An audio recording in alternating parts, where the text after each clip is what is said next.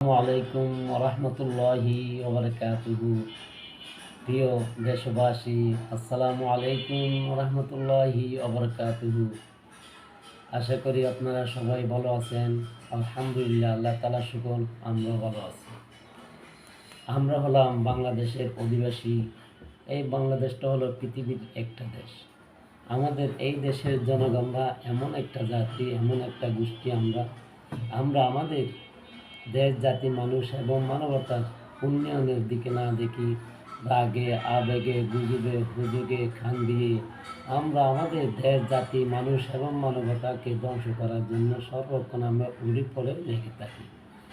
এইভাবে যদি লেগে থাকলে আমাদের ভবিষ্যৎ প্রজন্ম কী করবে না করবে, ভবিষ্যৎ অন্ধকার হয়ে থাকবে। সুতরাং আমাদেরকে এমনভাবে কাজ করতে হবে যাতে আমাদের ভবিষ্যৎ প্রজন্ম দেশ, জাতি, মানুষ এবং মানবতার সেবায় কাজ করতে পারে, উন্নত, ভদ্র, ভালো জাতি হিসেবে গড়ে তুলতে পারে এবং দেশকে যেন উন্নয়নের দিকে নিয়ে যেতে পারে। ভবিষ্যৎ যেন বিশ্বের মধ্যে একটা ভালো উন্নত দেশ হিসেবে, উন্নত জাতি হিসেবে মাত্রা উঁচু করে দাঁড়াতে পারে। সেইভাবে আমাদের ভবিষ্যৎ প্রজন্ম নিয়ে কাজ করা আমাদের একান্ত প্রয়োজন। আসসালামু আলাইকুম ওয়া রাহমাতুল্লাহি ওয়া বারাকাতুহু।